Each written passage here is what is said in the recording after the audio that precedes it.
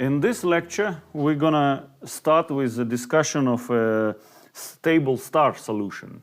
A solution of Einstein equation which describes a spherically symmetric, stable star. In literature, this solution is referred as interior solution. We assume that the star is a ball of matter, and inside this ball, we have non-zero energy momentum tensor. T mu is not zero. Outside it, T mu is zero. And everywhere we assume that lambda, cosmological constant, is zero. Everywhere. So, to have a stable star, so far we have encountered several different choices for the energy momentum tensor.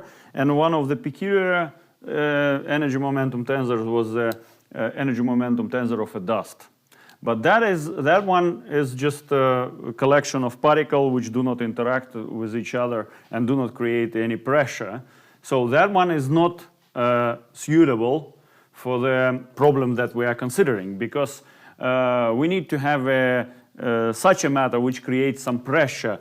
On general physical grounds, we need to have something which creates a pressure such that it doesn't allow this body to collapse, because gravity is attractive force, so everything is tending to shrink, while pressure pushes it away to make it stable. So, we start with the definition of the energy momentum tensor for the perfect fluid, the one which describes a matter with a pressure. So, for that fluid, for the perfect fluid, energy momentum tensor is as follows, where x bar is 4 vector, which is t and x. So, and so it is equal to rho, which is a function of x. In general, u mu, which is a velocity, 4-velocity field of the fluid. U mu and u nu is a 4-velocity field, plus pressure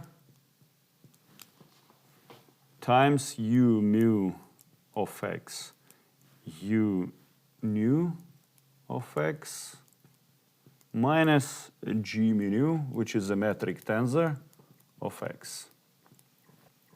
So why this is pressure and why this is energy density is going to be obvious soon. Now we start to explain why this is energy momentum tensor for the perfect fluid.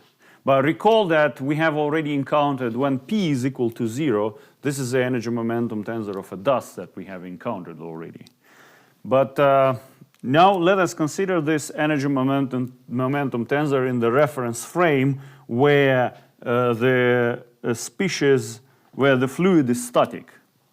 In such a reference frame, u mu of x is nothing but g 0, 0 minus half 0, 0, 0.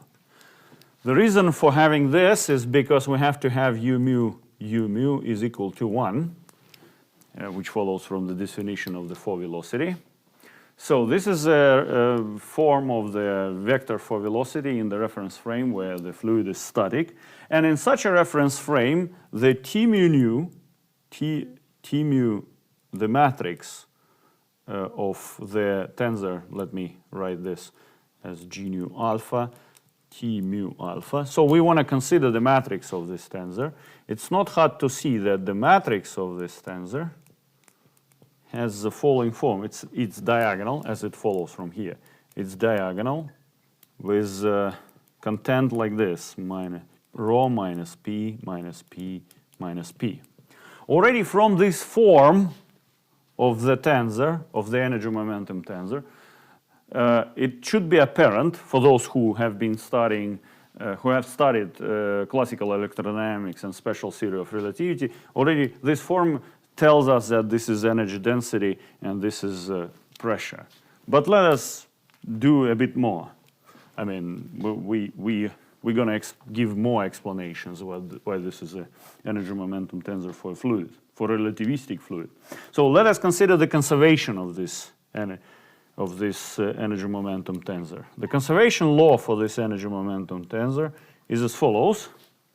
And for this particular form, for this particular form, if we substitute it there, it acquires the following form, this conservation condition. It's u mu d mu u nu plus d mu rho plus p u mu u nu minus d nu p. So this is a conservation condition, and now if we multiply both sides of this equation on u nu and use the fact that u nu times u nu is 1, and as follows from this, we have that u nu d mu u nu is 0. So using this and this, after multiplication of this equality on u nu, we obtain the following equation, that d mu acting on rho plus p u mu minus u mu d mu p, and opening this up, we obtain that this is d mu of rho u mu plus p d mu u mu. So we obtain this equation. This is a relativistic, covariant extension of the standard matter conservation law, which has the following form: rho u mu is equal to 0. So this is just a continuity equation. This is a continuity equation in flat space, and this is a relativistic covariant extension of this equation. Indeed, first of all, if we go to covariantization, this derivative becomes covariant, so we obtain this part. And also, in addition, we have to have this part in the presence of pressure in relativistic limit for the following reason. In non-relativistic limit, pressure is always much less than the energy density, for the same reason why non-relativistic kinetic energy is much less than mc squared. So from the relativistic energy due to mass. So this is for the same reason is smaller than rho. So in non-relativistic limit we would neglect this, and we will obtain this equation, which in three-dimensional notations is nothing but dt rho plus divergence of rho v equals to 0. So the obtained equation has obvious interpretation of the relativistic covariant extension of the continuity equation. So from the condition of the conservation of this energy momentum tensor,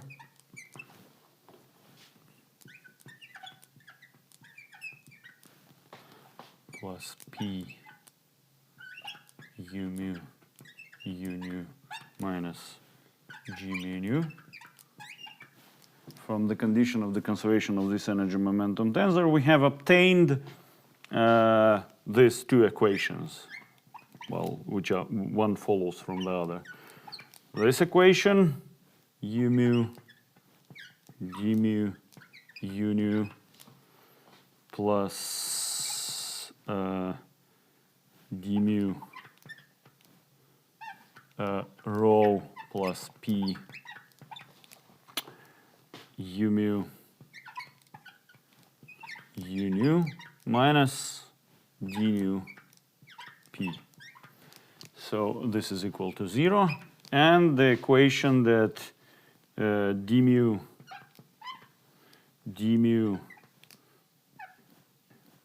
rho u mu plus p d mu u mu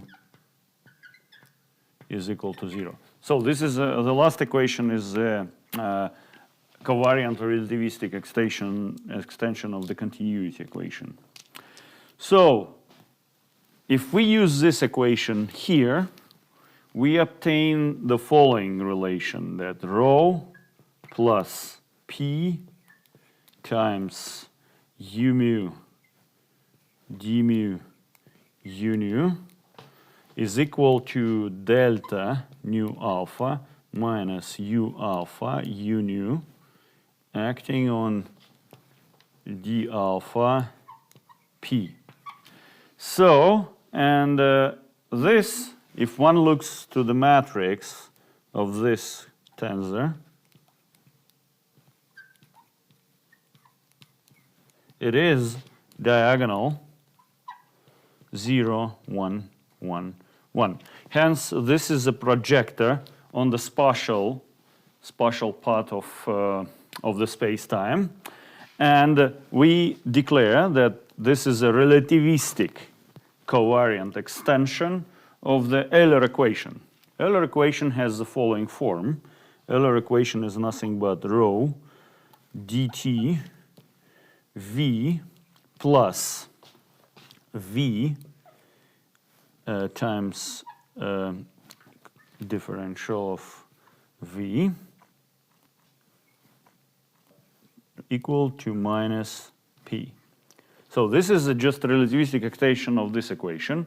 This is nothing but, the Euler equation is nothing that Newton's second law, ma equals to f, attributed to the unit volume. Indeed, if we divide by volume both sides of this equation, and recall that pressure is nothing but the force attributed per unit area, and this is mass attributed per unit volume, and this is nothing but acceleration, which is dv over dt, but v is a velocity field, so it depends on t, x of t. So if we apply this, we obtain that this is dt v plus di v times dt xi. Well, this is nothing but dt v plus v times the gradient of v. So this equation is Euler equation, which has obvious meaning. This equation is its relativistic extension.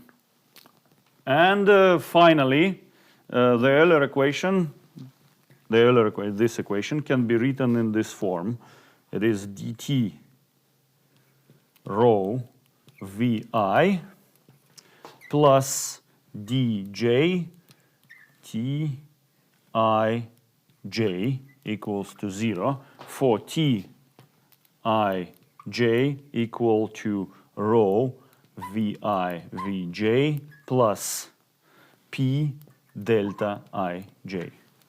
So this equation is equivalent to this one. And perhaps I have to stress, just finally, that this is equivalent to this.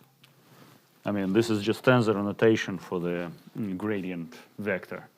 Anyway, so all in all, what I have said should convince one that this tensor is a tensor describing perfect fluid.